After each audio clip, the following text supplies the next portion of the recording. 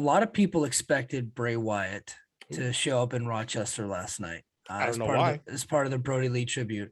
Well, I think I know why, is because in his newsletter, Dave Meltzer, I don't want to say he was guessing or speculating. He was outright told that it was a possibility that Bray Wyatt could show up, but Meltzer never said that it was actually going to happen.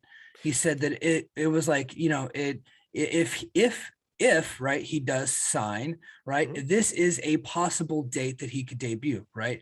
He never outright said, hey, he is signed, this is the date. AEW, not a single time ever even hinted or teased, which is what they do when people come in, or they don't go into denial mode or whatever. They kind of let you believe that something's going to happen, which is what they did for Punk and Cole and Danielson, right? None of that happened with Bray Wyatt. So at no point did anybody ever say that he was outright coming. So a lot of people thought, so naturally the internet picks up on it because of one sentence in Meltzer's newsletter. They all said that he was coming. I guess what they failed to realize is a sentence that Bryan Alvarez himself refuted. Yeah. One day later. Absolutely. And then yesterday during Wrestling Observer Live, heading into AEW Dynamite, Alvarez, who has been from the beginning saying that he did not think that Bray Wyatt was going to AEW, and Sean Ross Sapp, to his credit, has also been saying that. Dave Meltzer seems to be the only one that thinks that it's still a possibility. Those two guys are still like, I don't really see it happen. That's where they're at. Alvarez yesterday stated that not only does he not think that Bray Wyatt was showing up in Rochester last night, he actually said that Dog the Bounty Hunter has a better chance of catching that guy who killed his fiance than Bray Wyatt has of showing up in Rochester last night. He also said that he thinks... A little stiff from Brian there, a little stiff. Yeah. Anytime you're making fun of Dog the Bounty Hunter, I'm in. Sorry. But that guy's just going out. That guy's literally trying to find relevancy again by finding an actual dude who killed his fiance. Like, yeah. And he's bringing the cameras along with him on the ride and tweeting about it every day. Yeah.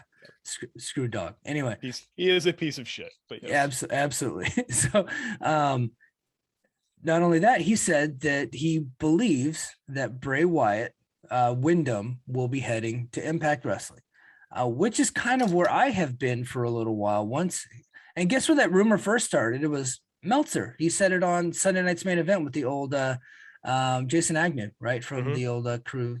What was their show on Sunday nights that they used to do? Live Audio Wrestling. Audio Wrestling, The Law on Fight Network Radio. Yeah, great show. Yes, yeah. Jason Agnew, Dan Lavransky, Jason Pollock, all those guys. Wei Ting, great crew there. He was on that show and said that Impact was going hard after them, and then it spiraled, and a lot of people picked it up. I think Windham is coming into Impact, and I think he'd be a great fit.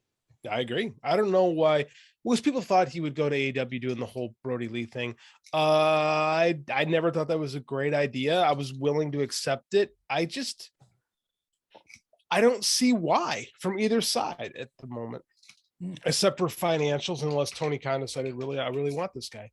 I think Impact could definitely use some freshness, some new guys around. And I think that I think this company could play with Impact. I hope he doesn't come and do all the supernatural bullshit, but this company is all about supernatural bullshit. So I think if they want us to go in that route, fine, cool. Why not? If they want to make a good play for him and they got ideas for him, I think the main event scene could use some freshening up right now. So why not? Yeah. And I think that he will do some of the spooky stuff. I think that it's Bray Wyatt. Impact, Windham, Impact likes that, and so does Windham. I think they're into that stuff. I also think that he will wrestle more, which is starting to kind of leak out that that's kind of what he was wanting to do, and he was not allowed to do it. So I'm hoping that he does a little bit of the spooky stuff, but bell to bell, he's able to get in there and actually prove that he's a really good wrestler, which I think he's shown flashes of in different matches with people, but for the most part, he was constantly playing a character as opposed to being a wrestler, right? And I think that there's a good balance there where you could actually do both. I think that I think the assumption is always like this guy's not great in the ring, right? That was the assumption on Moxley too. Moxley goes to New Japan and the G1, and everyone's like, oh, this guy's actually really good in the ring, right? Bryan Danielson has a match with Kenny Omega, and everyone's like, oh, he's even better than we thought. I mean, Andrade, same. I mean, we see this constantly over and over again. When guys leave the WWE, they leave the system behind, right? So we don't know what Windham Rotunda can really do because he's only been in their system, right? There might be a lot more this guy is capable of. But they want you, like you said, they want you to wrestle like the character. Yeah. That's why Terry Taylor was freaking bobbing his head and pecking when he was the Red Rooster. That's what they want. Right. So and he could, and Terry Taylor, by the way, could have really good matches. He did in UWF. He had excellent matches. He absolutely did. Terry Taylor was a good wrestler whose career was absolutely murdered by a terrible gimmick. But that's what they want. You watch NXT right now. What is it? It is nothing but gimmicks. It is 1995. Reborn over there. It's like if I die and go to wrestling hell, it's going to be NXT 2.0. Like I'm morbidly curious to see what an unfiltered Windham Rotunda is, and I think the best place for him to do it is Impact right now. Yeah, because there's just not a lot of room in AEW. Like, it doesn't. I don't want to see him do a Brody Lee impersonation. Like, that doesn't. It doesn't make sense. Let's see what he's really got. Let's roll out the welcome wagon. Let's see what it could be. And if it sucks, believe me, you know who the first person who's going to point it out is. Oh yeah, and we can say when he does spooky stuff, we can say that sucks. And then if he gets in the ring and the match is good, we could say the match was good. Yeah. Because we are capable of nuance and critical thought, which some people are just incapable of that. So, have you been on Twitter today? Yeah, I got into a little ordeal with somebody who was like, I complimented the Alex Zane, Trey Miguel, and Laredo Kid match. Great match, by the way. Yeah. And I stated that, and like, oh, now Impact is great. Before you were saying they suck. You're a two-faced piece of shit. I was like, I can like and dislike two different things on the same show because I'm not an idiot. Dude, if I go to a restaurant and I say, man, they make a really good cheeseburger, but the spaghetti sucks. Yeah. That does not make me a two-faced hater. That makes me a reasonable human being with tastes. Yeah. Yeah. I was just like, dude, most of my coverage of Impact is like positive, right? You're the Impact guy. You would not do what you do if you were not an Impact fan. Right. And he was like, and he was just like, oh, you're just trying to get work on the Observer, which is hilarious, by the way. And he goes, oh, well, hopefully one day you'll make $5 instead of $4. So I told him, I was like, well, hopefully one day you'll have sex with people outside of your family. I like that you go for the jugular every single time. Yeah, I don't fuck around, man.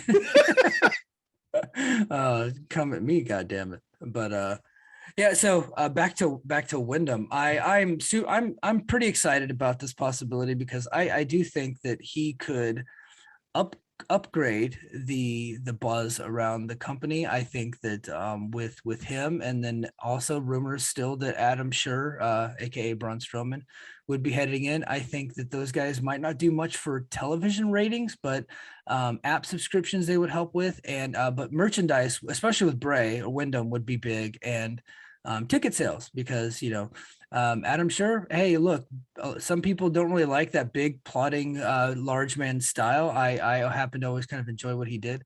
I think that kids and families and people that like monster trucks would come and see him. And then Windham is a great, a really famous character from WWE. He was one of their top characters for a long time. I think people will come out to see him.